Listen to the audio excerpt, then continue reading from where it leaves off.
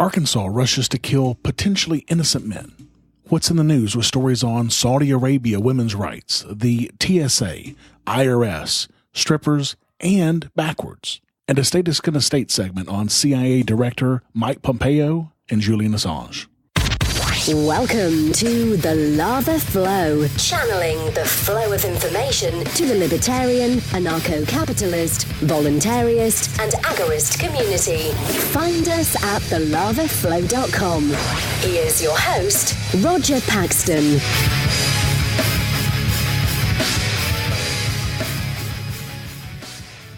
Thank you for joining me this week. Coming to you from the state that is the home of Horace Greeley, the founder of the New York Tribune, this is the show that will bring you the people, places, and events that everyone in the Liberty Revolution needs to know. You can catch me on Twitter at the Lava Flow Pod. This is episode 60, Arkansas Death Penalty, and it's Friday, April 28th, 2017, when there have already been more than 376 people killed by police this year. What's wrestling my jimmies this week?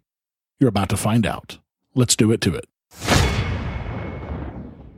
Okay, so I know this episode is a couple of days late, and I'm sorry for that, guys, but my folks were in town and they were visiting us from Arkansas, so I chose to spend the few hours it would have taken me to do this show with them instead, and to push this episode back a couple of days. I sure hope you guys understand. My former home state of Arkansas has been making waves in the news lately by rushing death row inmates to the chamber because of some expiring drugs, including 2 people who could potentially be innocent of the crimes they're accused of, and several others who suffer from mental disabilities. The state of Arkansas hasn't carried out an execution in over a decade. So why the sudden blood-crazed rush to carry out as many as possible? For one reason, the supply of drugs they use to carry out state-sanctioned murder are about to expire. What the actual fuck? Yes, the rush of executions is so that the state can use up all of its lethal injection drugs before they go as sour as an old carton of milk. This is essentially state-sanctioned murder because one of these men executed was Liddell Lee. Now there is DNA evidence existing in his case, hair that was found at the crime scene, which the state has refused to test. A judge ruled that DNA, which could have exonerated Lee, should never be tested. How is this justice? Damian Eccles, one of the West Memphis Three, had this to say in an article that he wrote on Medium.com. Quote, "Keep in mind that in the history of the state of Arkansas, no one on death row has ever been exonerated. Local politicians maintain that they've never made a mistake, that the system is infallible, and that they have never sentenced an innocent man to die. I know this is false, because for 18 years I sat on Arkansas's death row and waited on the state to murder me for something that I didn't do. Even after DNA testing was completed in my case, which excluded me from the crime scene, I sat on death row for 2 more years as the state wrestled endlessly to cover it up and kill me." Now I have a little bit of history with Damian. I knew him before he was accused of these acts. I didn't know him well, but we spoke on several occasions at the skating rink in West Memphis, Arkansas. We were friendly with each other, but never hung out together. I also knew one of the boys who was murdered. He played t-ball for my mother's youth organization a couple of years prior to his death. I helped umpire t-ball games that he played in and sold him candy and other junk from the concession stand. This event was a tragedy for the area, but especially for the families of those murdered and those falsely accused and convicted. Damian also says in his Medium article, quote, "The mindset behind these rapid-fire executions should scare all Americans. But perhaps one of the scariest parts for me is knowing I could have been the 9th man on the state's death list." Most people take a stance on the death penalty based on things they've read in the newspaper, saw on television, or by swallowing the hubris spewed by politicians eager to scare you into voting for them. Mine is not. My views on the death penalty are based on the fact that I spent over 18 years looking at the system from the inside, waiting for the state to murder me for a crime I did not commit. While awaiting execution at the hands of the state, I grew to know these men, the 8 that Governor Hutchinson, is rushing to kill, on a personal face-to-face basis. These were my companions on a journey through hell. Now I was going to go into a rant here about why the death penalty is a horrendous thing, but I remembered that I just had that discussion on another podcast that I'm a part of called the Freak Us Freecast. So I decided to just replay our discussion on this topic from just a few weeks ago. This panel of sorts on the podcast is moderated by Mike Vine. The others being interrogated by Mike are Nick Boyle and Matt Carano. This runs about 16 minutes or so, but I think you're going to enjoy it. So here we go. All right. So shall we move on to our Philosophy of Liberty segment? And are you all ready? Boy, this show is flying by. Yeah. Let's talk about it. An eye for an eye. Is this just? We're going to debate the death penalty today. This is a group discussion, so this is not a monologue from me. I want to go around here. I want to hear. We did a little pre-show chat, so I have an idea of where people stand. But let's start just very quickly. Do you think No, we got to start with Matt. Wait a minute. We've got a dog pile of Matt. I was just going to take the cue. Do you think the death penalty is ever a just result, whether that is by the state or even in a private law context? You know what? I'm going to listen to the host. Let's start with Nick. Thank you. All right. So I believe that the death penalty is never just, no matter if it is from government or from private law or from any dispute resolution Now, do you think organization. killing is ever just? Well, that was going to be my question. Are you talking about death penalty handed out in a? So when we say the death penalty, we mean after a judicial a justice process, Right, exactly. But I'm going to ask a quick follow up. Is killing ever justified? Yes, You're not a complete pacifist. In self-defense, killing is justified. But after a judicial process, no death penalty. Correct. Okay, Roger. I agree, and the reason that I agree with that is, Jess, my wife, and I give to the Innocence Project, and we give to that project because there are so many people who have been proven to have gotten off of death row thanks to the Innocent Project after they were convicted and given the death penalty. Ooh, I want to come back to that because that's meaty. But Matt, and so you think no death penalty, but killing is justified? I think killing is absolutely justified, but any time that there's a chance that an innocent person might be killed, you cannot do it, and you cannot say that an innocent person won't be killed under a death penalty. Oh, there's a lot there, but Matt, There is a lot there. Go Yeah. ahead. Well, first of all, I would never agree to state-sponsored death penalty. Absolutely. Ever. I think that's just I'm glad terrible. we're all on the same yeah, page. Yeah, totally, 100%. And I got to say, I've been on the Innocence Project for a long time. In fact, Roger, you'll notice my next episode of my podcast, Innocence Project. Great. Beautiful. So you'll hear that next week. NorthDeport.com. Yeah, it's a great podcast. Sorry. Shameless plug. I plugged it. It's good. But I mean, that's a organization that's near and dear to my heart. Yes. However, I can be convinced. I could be potentially convinced that there are moral reasons for a death penalty to exist. I'm not exactly sure how that would play out. That's incredibly John Kerry wishy-washy. It is, yeah. So I guess I can't figure. I'm not sure. I'm not willing to be 100% on it. Okay. So Matt's having the waffles. So I guess, but by as a corollary, you do think killing is justified in certain circumstances. In self-defense, absolutely. Okay. Yeah. So what is your view? First, Mike. Okay. So I'm gonna side with Roger and Nick here and say that the death penalty is I don't think can be a just outcome of a judicial process, but I do think you may kill in self-defense. Sure. However, you already started to unpack a little bit about the fact the Innocence Project is a response to the fact that we have bureaucrats deciding. Right, that's the terrible life terrible or death. Thing.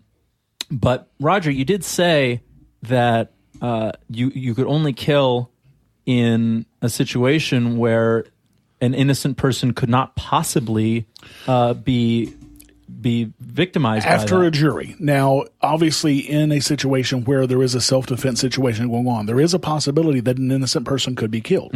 Sure. So whether it be by an errant bullet or you just think that the person you're shooting is the person who attacked you. And so why do we get to tolerate? Because the pacifist position is also very strong. Why do we get to tolerate that? Well, I thought the guy had a gun, and then I fired at him Why is that okay? But after a judicial, a jury or but judicial it's not process? okay, because in that situation, if you do harm an innocent, then you do have to pay restitution for harming that innocent. Yes. So it's never okay if you kill somebody who does not deserve it, who is not. Well, okay. So if restitution, I'm going to grill you guys on this. Sure. If restitution is an okay response to an incorrect outcome, then say a jury renders an incorrect. We have this, they put the wrong guy to death.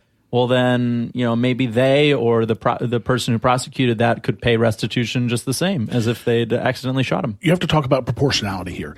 In the situation where you are in the act of being victimized, then you have the right to stop that victimization. But after a jury trial, nobody's being victimized at that point. So then to harm another person when they are not in the process of harming somebody at that time, I think that is completely illegitimate. Now, Matt, do you have a response to that? I think I agree. All right. This is a tough one for me because I could definitely... It's not like I believe in vigilante justice. I don't. I don't think that that's the way. But I'm just not 100% willing to say that there's no room for death penalty in a civilized society. Well, let me tell you, I used to be very pro-death penalty when I was on neocon, and there was a case that changed that for me. I'm from West Memphis, Arkansas, and the West Memphis Three were a group of three teenagers who were convicted of killing three children, three little boys. And it was a witch trial, basically. It was a horrible trial the way it was handled, and they were given the death penalty, or one of them was given the death penalty. I think two of them maybe. And they would have died had they not finally been able to get out. Due to some DNA. Well, there was actually never a retrial. They had to basically, it was some sort of a defense. They had to admit their guilt to get out. I can't remember. It was some sort of a defense that they had to do. However, they are innocent. There's absolutely no question about it. All the evidence that has come back, but Arkansas refuses to retry them. But that's the one that changed my mind, because I knew one of the boys that was killed, and I knew one of the guys that was convicted of their death. You knew him? I knew them. Yeah, it was a small town, and seeing all of the trial stuff that went on, and seeing all the evidence afterwards, and knowing that they were innocent, and knowing that they were a hair's breadth from losing their lives, that's when it completely changed my mind. And I got to say, I am really anti-death penalty. Really, from a state-sponsored situation. I don't know. I'm just not sure why I can't. Matt, let's unpack this. What is this situation? It's hard and for me. a lot of people, I think, a lot of people are going to say, yeah, I'm against the death penalty, especially in our circles. But then you do get into situations where you have a crime, a charge that is so heinous that it seems that I would say every time a murder takes place, or there's a myriad crimes that cannot be undone. There's no amount of restitution that is going to make that victim whole. Yeah. So what is that? What is that situation? If you have someone who commits mass murder, a serial rapist. The worst of the worst. Is that what you're thinking? That and I guess maybe that's an emotional decision for me. But I don't trust a jury, and I don't trust prosecutor. I don't trust a prosecution. I don't trust the state. So, so the question is, who would be able to determine that? And I guess it would have to be me, right? But even which is terrible, exactly, because I can be wrong too. So, emotionally, of course, we want to see Timothy McVeigh be killed. Of course, somebody like that. Emotionally, we want somebody who's done a crime that heinous, killed 168 people or something. Yeah. We want to see something like that. But at the same time, there's a chance that even Timothy McVeigh was innocent of the crimes that he committed. So who can make that determination? Who can make the determination? Who can be prescient enough to make the determination of whether or not he's 100% guilty? Yeah, I think we're circling around the principle that I adhere to, which is life is fundamentally sacred. It sounds religious. I'm not religious, but as a principle that we all agree to seek to preserve life. And the times that we can't preserve life are when it's really you or them, right? And it's you're in a situation where it's kill or be killed, right? And you're left with no other option. So it sounds like we're almost. And I don't know, Matt's still got one foot out the door, but it sounds like we're almost. Toe. It's like a pinky toe. It's a pinky toe. It sounds like we're almost circling around that kind of agreement. However, I will say that what I imagine is in a private law society that you are going to See, there's no reason to believe that you could have anything like prisons, really. Maybe the common law would say, okay, you're going to go, but who's going to operate this prison? Who's going to pay for it? Those are all very challenging questions. So then you have a situation where someone potentially is dangerous, say a serial abuser or murderer, and they're caught. But it is determined that they pose an ongoing, imminent threat. You can let them go. You never know when they're going to come back and get you. Sure. That's a real challenge, and I'd actually like to hear Roger and Nick try to defend that. So you've got a guy, you know that he's dangerous every time. I mean, there's even been precedent here. Every time you let him go, he kills again, and there's nowhere to put him because we don't have a big subsidized quasi-slavery prison system. So what do you do? Well, there's two books. Well, there's a book, Murray Rothbard's For New Liberty, and Bob Murphy's pamphlet, Chaos Theory, both of which handle this very well. Yes.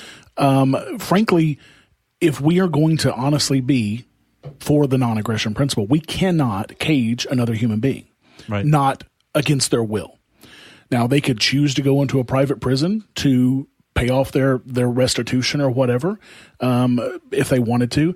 But you bring up the point of actually protecting ourselves from a serial offender.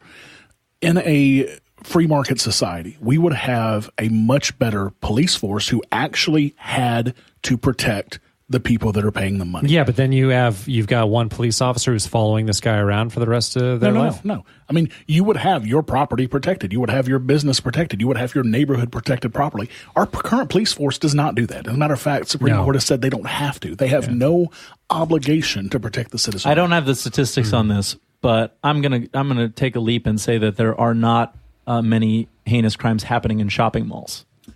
No, because there's privatized environment. Absolutely. And you would also have that writ large in your neighborhood, for example. I mean, right now, I never see a cop come down my street, ever. But if I had a private organization that I was paying money to patrol my area, they would absolutely do so at a much greater rate than the police, and I would be much better protected. And I've seen that actually in New Orleans. There are neighborhoods that have voluntarily banded together and hired patrols, and those neighborhoods are patrolled. Yeah. Well, in Detroit, you will see them regularly. Detroit Threat Center does the same sort of thing, and that would really, obviously help a lot. But also, primarily your own safety comes down to you. You're responsible for the safety of yourself and your family.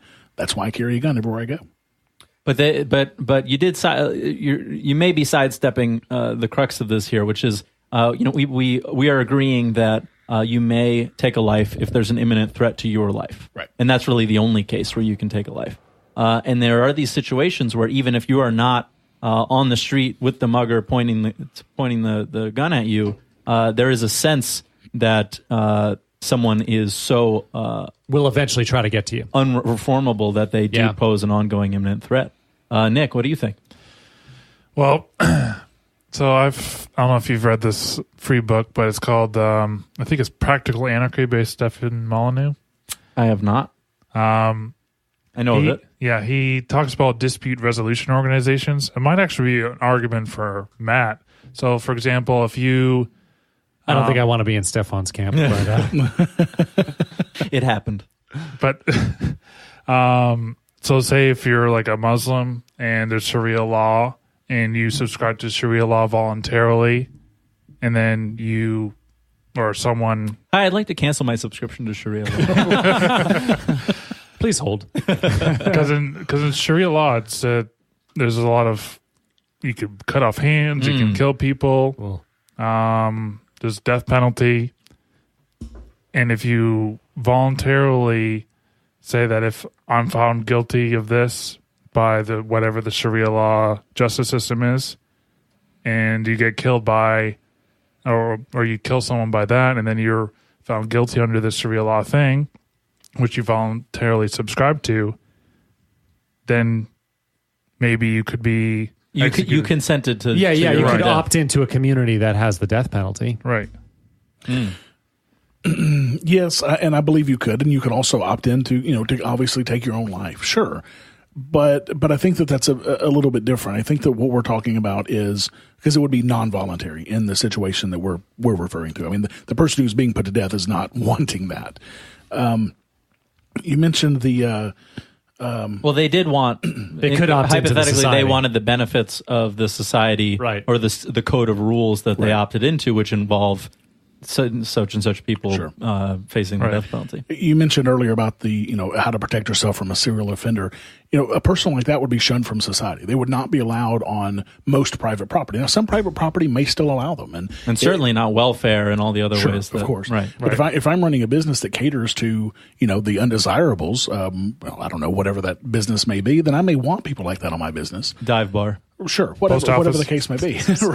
right. But most establishments would not allow that. And in a free market society, we would have a much easier and better way of identifying people and stopping them before they enter our private property. So I think that those points would be a moot point at that point. That's a lot of points. Yeah. A little bit of moot, a lot of point. Right. So you're saying that the imminence of the risk is lower because you have a society that's more secure. Absolutely. I like that point. Carry on. Who else? No, I think that's probably where we should. Matt, are you still pro death penalty for private business, for private judicial settings? Are you still in favor of Sharia law? Can you?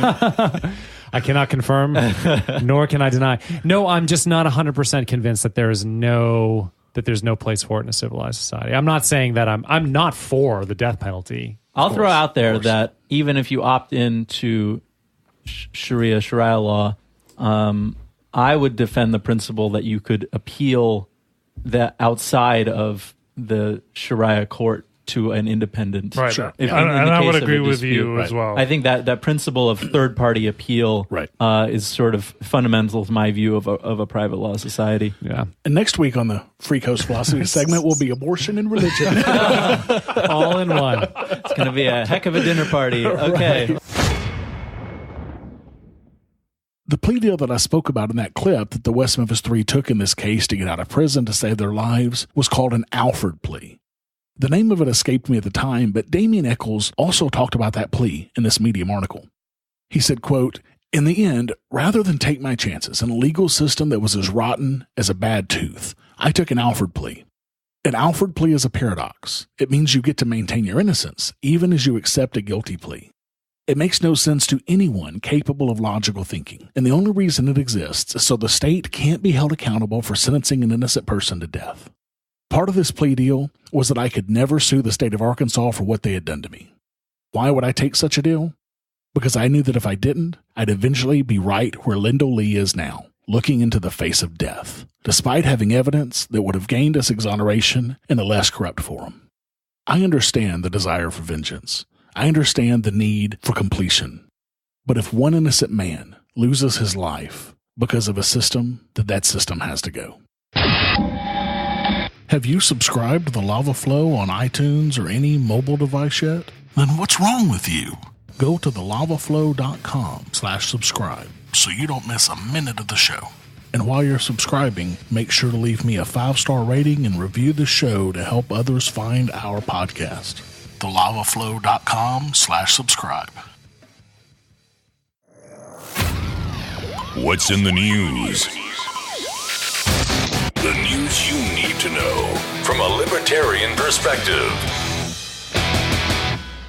In seriously, what the actual fuck news? The United States has elected Saudi Arabia to sit on the Women's Rights Commission for the term from 2018 to 2012.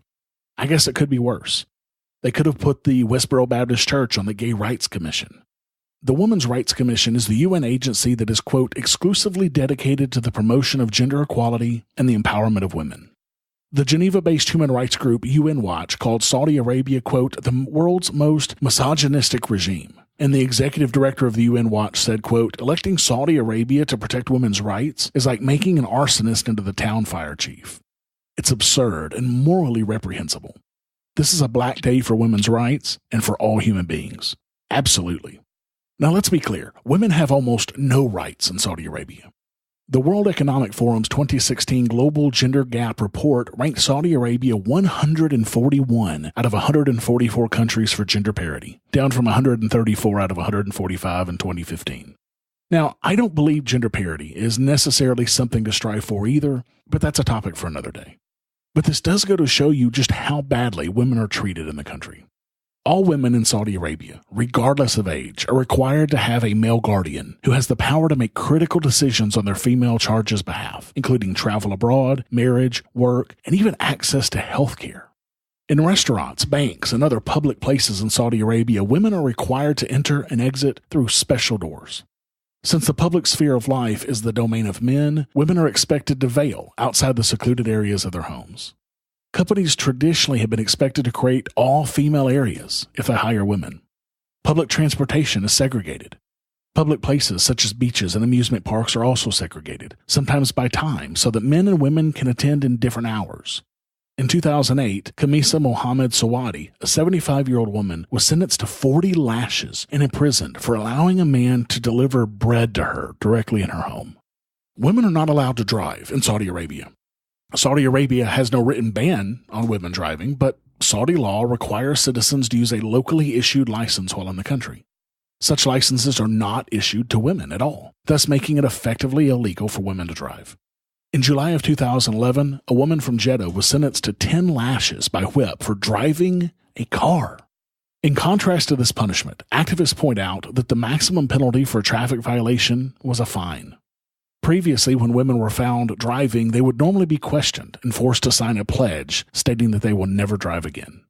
In some cases, victims of sexual assault are punished for quala, being alone with an unrelated male, prior to an assault. In one rape case, an 18-year-old victim of kidnapping and gang rape was sentenced by a Saudi court to 6 months in prison and 90 lashes. The judge ruled that she violated laws on segregation of the sexes, as she was in an unrelated man's car at the time of the attack. So in other words, she had it coming. How disgusting. And Saudi Arabia is one of the top allies of the United States government, primarily because they're rich in oil, a substance that the U.S. government needs. As long as the U.S. needs Saudi Arabia, the U.S. is going to ignore their abuses of basic human rights. In other human rights abuses news, the Transportation and Safety Administration says it's allowed to investigate inside your underwear, and you should just accept it. Evelyn Harris, a 65-year-old retiree who was flying out of Washington, D.C. this past January, committed the terrible terrorism crime known as wearing a panty liner. Harris went through the body scanner and thought she was free to proceed to her flight. A TSA agent thought otherwise. Quote, I started to ask if I'd done something wrong or if this was random, but before I could get a second word out, the TSA agent yelled at me, Harris told the Washington Post in an interview. Quote, she grabbed my throat hard, causing me to choke and cough, and then she yelled at me for coughing. She then put her hands inside my bra and panties and groped my private parts with the front, not the back, of her gloved hand. Afterward, I worried that I may have been infected if she had groped someone else without changing gloves, Harris added. She filed a complaint, of course, and the TSA gave 2 shits. The Post detailed the TSA's response. Quote, the pat-down was legitimate, the investigator said. Intimate apparel has been a source of concern ever since Umar Farouk Abbottabad tried to bring down a plane on Christmas Day 2009 by detonating a bomb hidden in his underwear. The investigator told Harris she said that, quote, his own wife carried a panty liner with her and put it on after security, as this is something that could trigger a search. Indeed, turns out all sorts of feminine hygiene products could be grounds for a search, according to the TSA. So essentially, the hygiene needs of a lady are all the TSA needs to legally molest you. And if you don't like it, get over it. This is an absolute disgrace, and yet another reason the TSA should cease to exist. In legalized theft news, the IRS deliberately targeted innocents for civil forfeiture programs that stole millions of dollars from Americans. Banks have to report deposits of $10,000 or more to the IRS, so some people, quote, structure their transactions as a string of sub-$10,000 payments that escape the regulatory requirement. Structuring is also illegal, and the IRS has the power to seize funds that the agency believes were part of a structuring scheme, under the discredited civil forfeiture process through which an inanimate object is sued for being the proceeds of a crime, and then the owner of that object has to prove that the object is innocent. The Treasury Inspector General released a report this month that reveals that the IRS deliberately targeted people they knew were not engaged in structuring for millions of dollars worth of seizures, such that 91% of seizures were made in error, taking money away from people engaged in lawful activity. And this makes perfect sense, of course.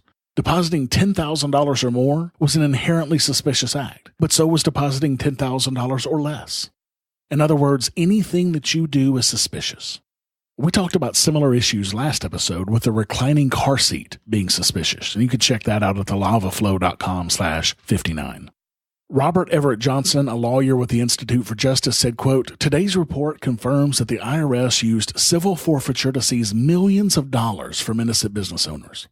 The IRS's own internal watchdog found that the IRS had a practice of seizing entire bank accounts based on nothing more than a pattern of under $10,000 cash deposits."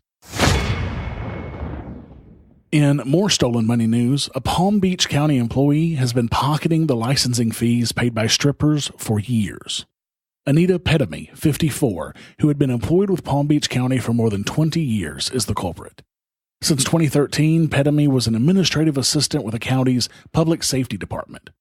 According to the Office of the Inspector General for Palm Beach County, Petamy diverted at least $28,875 and possibly an additional more than $3,000 from county coffers between October 2013 and mid-November 2016. The money came from both adult entertainment fees, approximately 70% of which were paid in cash, and court-ordered payments intended for a crime victims services fund. Instead of doing the right thing and removing the licensing requirements, the county now will only allow the fees to be paid in credit cards and money orders, not cash.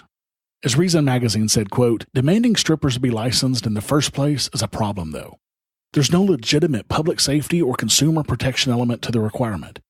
Strip club patrons don't care if the woman wriggling on their laps is properly permitted. Government officials have portrayed the measure as a means to stop human trafficking and the exploitation of minors, but that's ludicrous. Anyone willing to force someone else into sex or labor and circumvent much more serious rules with regard to age limits isn't going to suddenly take pause over an occupational licensing rule that they'll have to skirt. The only ones truly affected are sex workers and adult business owners. Not only does the regulation drive up their costs and close off legal dancing to those just passing through town, it gives Palm Beach regulators a database of anyone who's ever taken their clothes off for money locally, leaving these records open to FOIA requests or hackers, and gives cops a pretense to check clubs at random to make sure there aren't any unlicensed dancers. Those found to be dancing without a license can be arrested on a misdemeanor criminal charge. Give me a break. And in returning some stolen money news, the Supreme Court of the United States ruled that states have no right to keep money based on overturned convictions. This week, the Supreme Court ruled that Colorado has no right to keep fines, fees, court costs, and restitution that it extracts from criminal defendants whose convictions are later reversed. By forcing people to prove their innocence before they can get back property that's rightfully theirs, the court said, Colorado has been violating the 14th Amendment's guarantee of due process. The Institute for Justice, which filed a brief in the case emphasizing that the presumption of innocence is an essential aspect of due process, makes a compelling argument that civil asset forfeiture routinely violates that principle. The parallels with civil asset forfeiture are pretty clear here. In both cases, the government takes someone's property based on allegations of criminal activity, and in both cases, the owners are forced to prove their innocence if they want to get their property back. Nelson v. Colorado, quote, upholds the fundamental principle that Americans are entitled to be presumed innocent until proven otherwise, says Institute for Justice attorney Robert Everett Johnson, same attorney we heard from earlier. Quote, the court expressly rejected Colorado's argument that the presumption of innocence applies only at criminal trials, explaining that the government may not presume a person, adjudged guilty of no crime, nonetheless guilty enough for monetary extractions. Unfortunately, civil forfeiture laws turn the presumption of innocence on its head. Using civil forfeiture, law enforcement seizes billions of dollars in cash and other property every year, based only on suspicion of a crime. Property owners are then required to prove their own innocence to get their property back. And in Liberty news, the band Backwordz, led by Being Libertarian's own Eric July, hit number 2 on the Heatseekers album chart, a chart dedicated to new and upcoming bands with their album Veracity. They also snagged the number 1 spot for Alternative New Artist, the number 5 spot on the Hard Rock chart, the number 11 spot on the Rock chart, and the 14 spot for a band on an independent label. In the Top 200 chart, the main current chart that ranks the top 200 albums in the U.S., Backwordz hit as high as number 68, an impressive feat for a band with a libertarian and anarcho-capitalist message. In terms of digital versus physical numbers for the album, Backwordz ranked at 43 overall digital and 124 overall physical. With tracks and lyrics that are so laden with a libertarian message, Veracity is a key opportunity to spread the message of liberty into the mainstream. The album has a clear libertarian message and doesn't back down at all, with tracks like Praxeology, Statism, Self-Ownership, and Democracy Sucks, as well as lyrics that discuss all facets of libertarianism and constantly critiques a society based on statism. Veracity doesn't shy away from trying to convey libertarian and anarcho-capitalist themes. Now, this is an absolute success for getting the libertarian message into the mainstream eye, or ear. And more importantly, the music is just incredible. I'm listening to it as I write this right now, and I've been listening to it quite a lot since it came out. My iTunes says that I've listened to the full album 22 times so far. It's really that good, guys. You've got to get your hands on it. Veracity is available digitally on iTunes, Amazon, and Google. Physical bundles can be purchased on the band's Merch Now page, and you can check out the band and all of their stuff at backwordzmusic.com. That's BACKWORDZ music.com. Definitely grab this one. Exercise your free market muscles by going to thelavaflow.com/support and giving a per episode donation of as little as $1 an episode, or use Bitcoin. Get exclusive content, rewards, and help the Lava Flow become fiscally neutral while providing you more content. thelavaflow.com/support.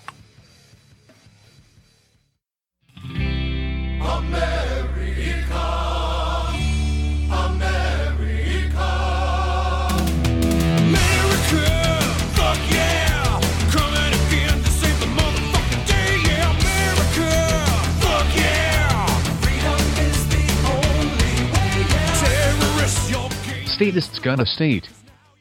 The hypocrisy of the left, and in particular the media, is disgusting.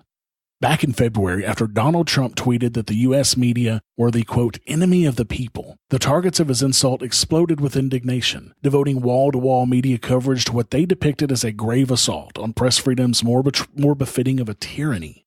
By stark and disturbing contrast, the media reaction to this latest news was far more muted, even welcoming, when Trump's CIA director, Michael Pompeo, actually and explicitly vowed to target freedoms of speech and press in a blistering, threatening speech that he delivered to the D.C. think tank Center for Strategic and International Studies. But since Pompeo wasn't specifically targeting the mainstream media, but instead was talking about WikiLeaks, the media swallowed it. It was almost impossible to find even a single U.S. mainstream journalist expressing objections or alarm, because the targets Pompeo chose in this instance are ones that they dislike, much the way that many are willing to overlook or even sanction free speech repression if the targeted ideas or speakers are sufficiently unpopular. And let's be honest, the media is against WikiLeaks primarily because they're getting a lot of attention as a non-mainstream media source, and the media is threatened by it. When you have groups like WikiLeaks and other alternative sources for our news, this cuts into the bottom line of the old guard media, and they're terrified, and they should be. Decreeing with no evidence at all that WikiLeaks is a, quote, non-state hostile intelligence service often abetted by state actors like Russia, a belief that's become gospel in establishment Democratic Party circles, Pompeo proclaimed that, quote, we have to recognize that we can no longer allow Assange and his colleagues the latitude to use free speech values against us. He also argued that while WikiLeaks, quote, pretended that America's First Amendment freedoms shield them from justice, but, quote, they may have believed that, but they're wrong. What? He then issued this remarkable threat. Quote, to give them space to crush us with misappropriated secrets is a perversion of what our great Constitution stands for. It ends now. At no point did Pompeo specify exactly what steps the CIA intended to take to ensure that the space to publish secrets ends now, but this is completely chilling language. Will the CIA be shutting down websites, arbitrarily deciding what information you should have access to? When asked how he was going to accomplish this, Pompeo had this to say. A little less constitutional law and a lot more of a philosophical understanding. Julian Assange has no First Amendment freedoms. He's sitting in an embassy in London. He's not a U.S. citizen. So I wasn't speaking to our Constitution. What I was speaking to is an understanding that these are not reporters doing good work to try and keep the American government honest.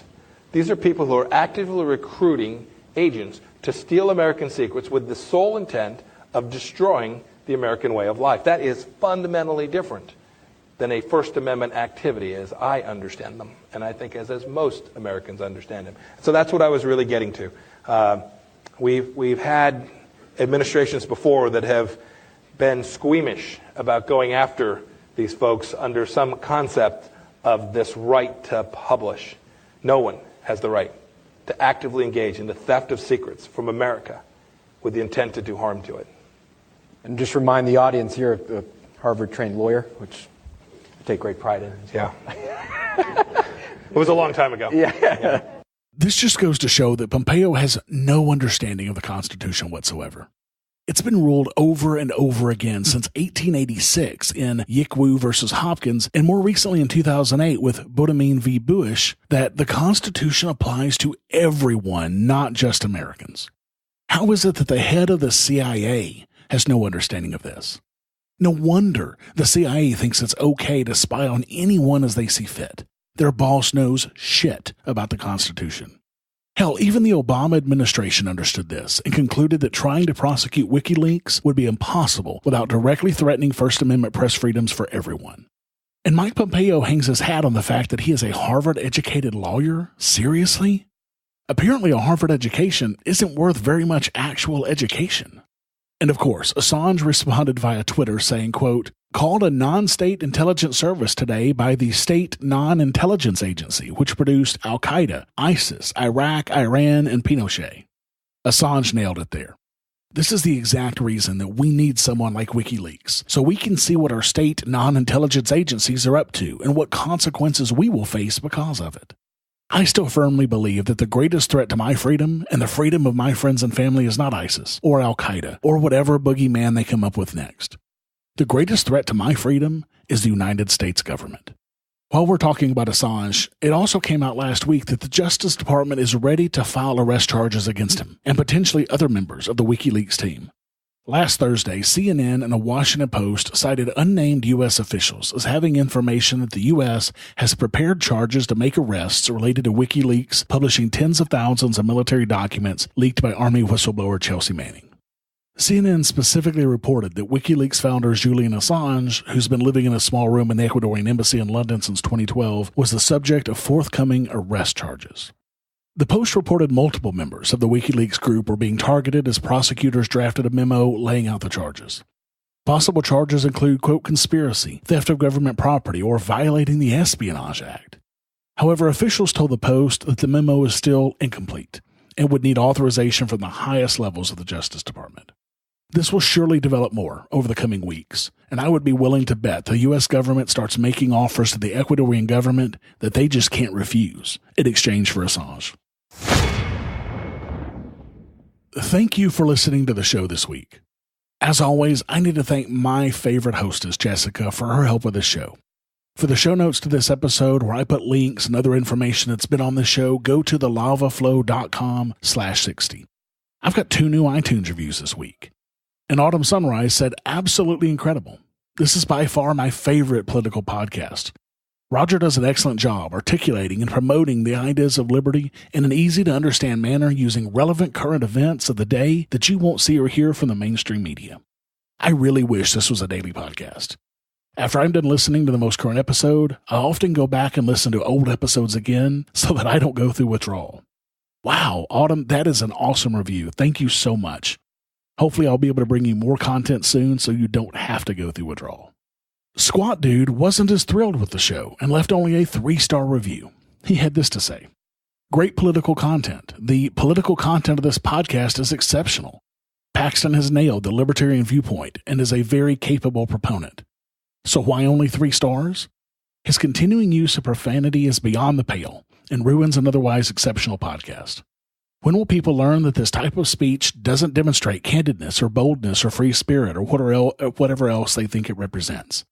Instead, it displays immaturity and unprofessionalism. I would love to recommend this to kids as an antidote to unrelenting leftist propaganda and rightist warmongering that goes on in the name of conventional politics. Unfortunately, Paxton's language is one of the things kids need to be protected from. Wow. Funnily enough, I do get this from time to time. I received an email just recently, the other day, from a Christian guy who was upset that I used the words Jesus Christ in an episode. Look, this show, just like any podcast, is not going to be for everyone. I know that. Before I started this show, I struggled with how I would handle profanity. I chose to be authentically myself and did not have any words be off limit on my show. This show is not politically correct. Did I know that this was going to offend some people? Did I know that it would limit my listenership? Of course I did. But by doing this, if you listen to my show, then you get the real me, profanity and all, imperfections and all. If a Baptist minister in the Bible Belt can listen to my show and love it, profanity and all, then the fact that you have an issue with it says much more about you than it does about me. Squad, I hope you continue to listen. But if you're going to be offended by a handful of words that have meanings and specific uses, just like any other word, then there's nothing I can do about that. But I will not be changing my style. And frankly, don't throw the do it for the children bullshit at me. That's just some social justice warrior shit there, and that doesn't fly with me. Okay, guys, iTunes helps to steer people to this podcast based on ratings and reviews, so please go to thelavaflow.com/iTunes and leave me a rating and a review. Thank you to everyone, even Squat Dude, who's left me a rating and a review. You guys rock. Can you guys help me out and go leave a review for me right now? Go to thelavaflow.com/iTunes and do it. And some great news, one of my existing donors increased their donation this week big time.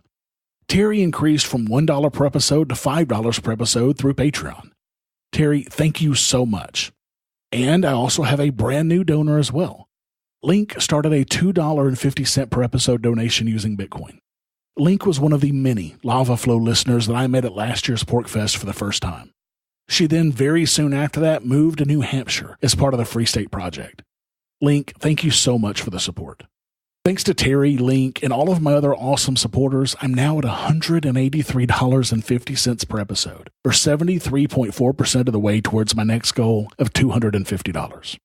And if you, like Terry and Link, and the rest of my supporters want more of the Lava Flow, exercise your free market muscles by going to thelavaflow.com/support and giving a per episode donation of as little as $1 an episode, using Federal Reserve notes through Patreon or Bitcoin through Coinbase.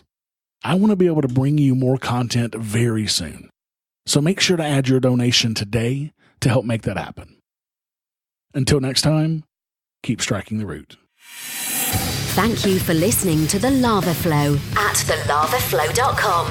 Don't miss an episode. Subscribe now at thelavaflow.com/subscribe. This has been a Pax Libertas Productions podcast.